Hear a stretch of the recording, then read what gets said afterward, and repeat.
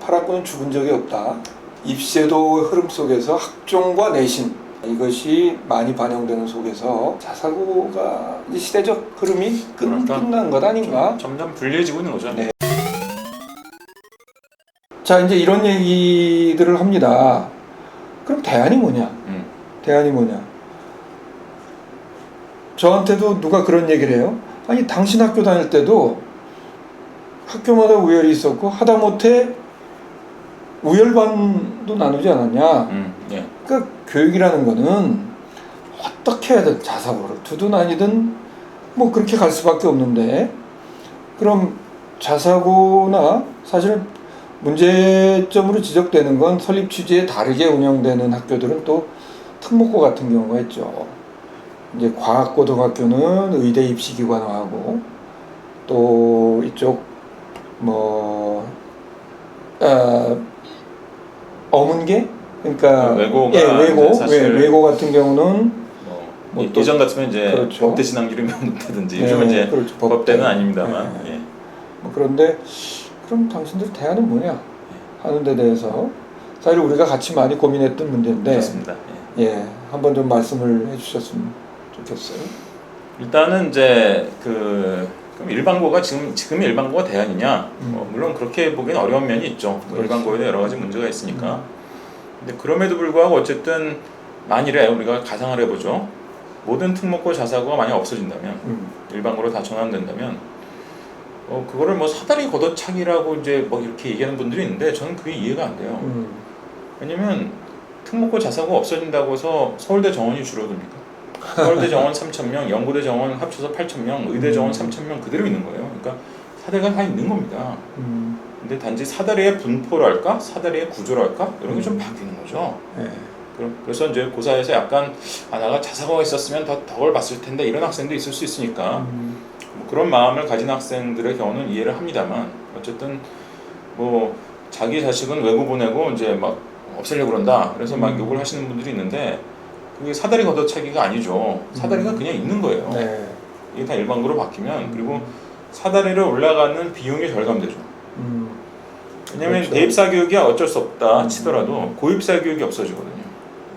그건 중요한 대목인 것 같아요. 그래서 사실 상산고를 보내려는 학생들은 제가 보기에는 중학교 때부터 사교육을 시작하는 게 아니라 초등학교 때부터 사교육을 할 수밖에 없다. 다 그런 건 아니지만 상당히 많죠. 그렇죠. 그런 경우가. 그래서 어쨌든 일반고가 뭐 대안이냐 이렇게 말하면 또 그것도 물론 대답하기 좀 곤란한 부분이 없지 않아 있지만, 설령 뭐 대안이 지금 완벽하지 않다 할지라도 어쨌든 만일 모든 특목고 자사고가 일반고화가 된다면 사다리가 그대로 있는 가운데 사다리에 올라가는 비용이 절감된다. 고입 사교육이 없어지니까. 일단 이제 이런 점이 있고요. 본격적으로 일반고 대안으로 들어가 보면 사실 이제 일반고에 부족한 거는 역시 이제 다양성이죠. 제가 서구 선진국의 사례를 쭉 리뷰를 해봤는데 특목고가 거의 없거든요. 북미나 유럽 지역에 미국의 과학고가 몇 개 있긴 한데 나머지 나라들은 과학고가 거의 없습니다. 왜냐하면 수학과학을 더 많이 수강 신청하면 그게 과학고 역할을 한다라고 보는 거예요. 외고는 진짜 없죠. 혹시 미국이나 유럽에 외고 있다는 거 보셨습니까? 그건 진짜 없습니다. 왜냐하면 외국어를 더 많이 수강 신청하면 그게 외고 역할을 하는 거기 때문에 외고를 따로 만들어야 된다는 생각을 안 하는 거예요.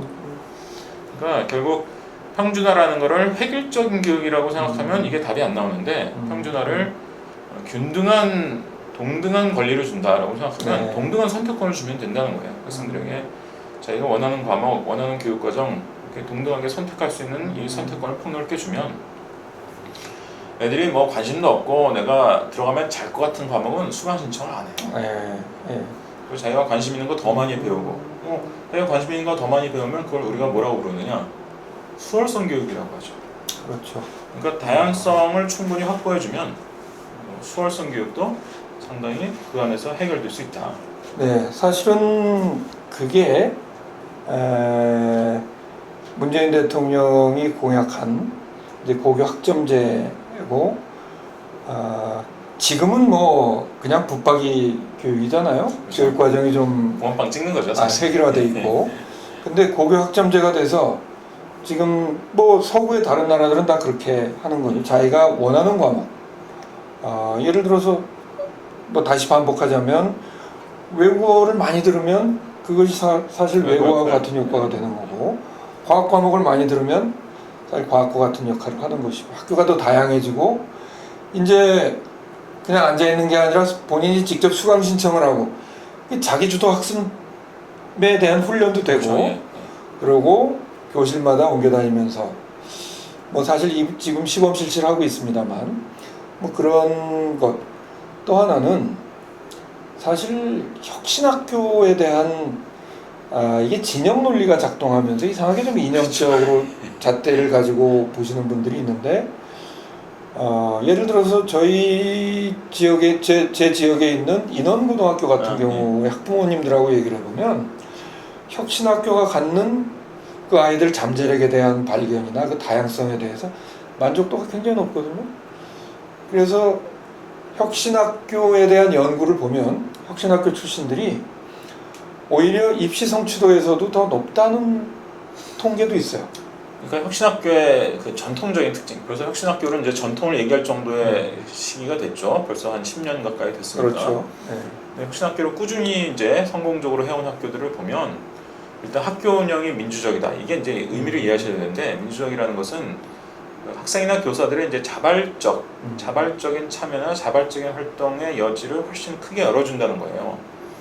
근데 이게 이제 입시하고 연관이 지금은 되죠. 왜냐하면 이제 학종 때문에, 학종은 그냥 주어진 거 내가 수동적으로 배우는 것만 가지고 평가하는 게 아니거든요. 자기가 자발적으로 동아리 활동도 하고 개인적인 연구도 하고, 고등학교 학생부에 보면 뭐 자율 활동, 진로 활동, 동아리 활동 이런 걸 쓸 수 있는 칸들이 다 있죠. 그러면 자율성이 훈련된 학생들이 유리한 전형이란 말이에요. 맞는 말씀이에요. 물론 이제 혁신학교는 이제 전부 일반고이다 보니까, 고등학교 혁신학교는 그러다 보니까 아무래도 평균 학력에 있어서는 자사고나 이런 데보다 좀 떨어지는 경우들이 많고, 네, 그렇죠. 그래서 이게 뭐 그렇게 눈에 띄게 만족스러운 성과는 아니잖아라고 생각할지 모르겠지만, 그 학교에 진학할 때 그 학생들의 평균적인 학력 수준 이런 것들을 고려해 보면 나름 성과를 내고 있는 거예요. 네. 그래서 사실은 자사고가 유일한 대안은 아니다라는 것이 이제 인식이 많이 넓어지고 있어요. 그리고 외고나 외고나 과학고 같은 특목고도 고교 학점제가 제대로 정착하면 같은 효과를 낼 수 있다는 점도 있고, 사실은 또 자율형 공립학교라는 것도 있는데, 지금 사실은 그게 그렇게 활성화되어 있지는 않지만 자율형 공립학교 같은 경우도 또 상당한 성과를 내고 있어서, 저는 자사고 아닌 고교 체제 내에서도 상당히 다양한 교육을 시킬 수가 있고, 아까 말씀하셨던 대목이 중요한데, 자사고가 없어지면 성공사다리가 없어지는 게 아니라, 그렇죠. 성공사다리가 있는데 올라가는 방법, 그리고 성공사다리를 타는 비용, 뭐 이런 부분에 변화가 있는 것이지, 사다리는 그대로 있고 오히려 이게 더 건강한 사다리가 그렇죠. 되는 우리가 건 미래를 아닌가. 만들어 네. 가기에 따라서 얼마든지 그렇게 될 수 있고요.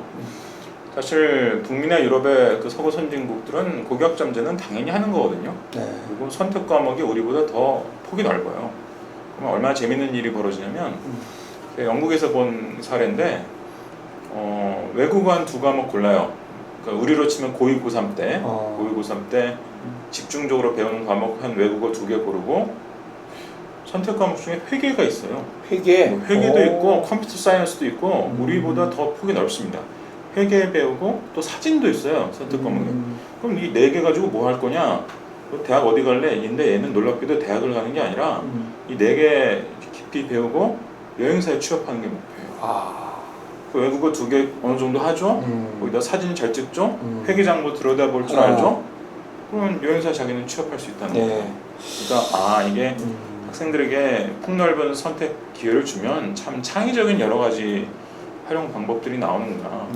그런 것들을 새삼 볼 수 있는 뭐 사실 얘기를 하자면 한도 끝도 없는데, 뭐 자사고에 대해서는 가장 핵심적인 문제를 저희가 좀 짚어본 것 같아요. 네, 그렇습니다. 네, 자사고 문제를 포함해서 교육에 관한 문제들에 대해서 앞으로 기회 되는 대로 여러분과 함께 하겠고, 뭐 다음에도 혹시 또 모실 기회가 있으면 우리 이범 교육평론가, 저는 교육개혁운동가라는 말이 좀 더 마음에 들어요. 그 말을 좀 운동가는 진짜 뭐랄까 좀 희생정신 있는 분들 제가 많이 봤는데 제가 무슨 희생이랍시고 운동가라고 부르는 거는 어울리지 않고요. 그냥 뭐 옛날처럼 교육평론가라고 그냥 부르세요. 옛날처럼 감옥에 가 있고 그런 건 아닌 것 같은데, 하여간 입시 현장을 누구보다 잘 아는 교육평론가, 오늘 이범 씨와 함께 자사고 얘기해봤습니다.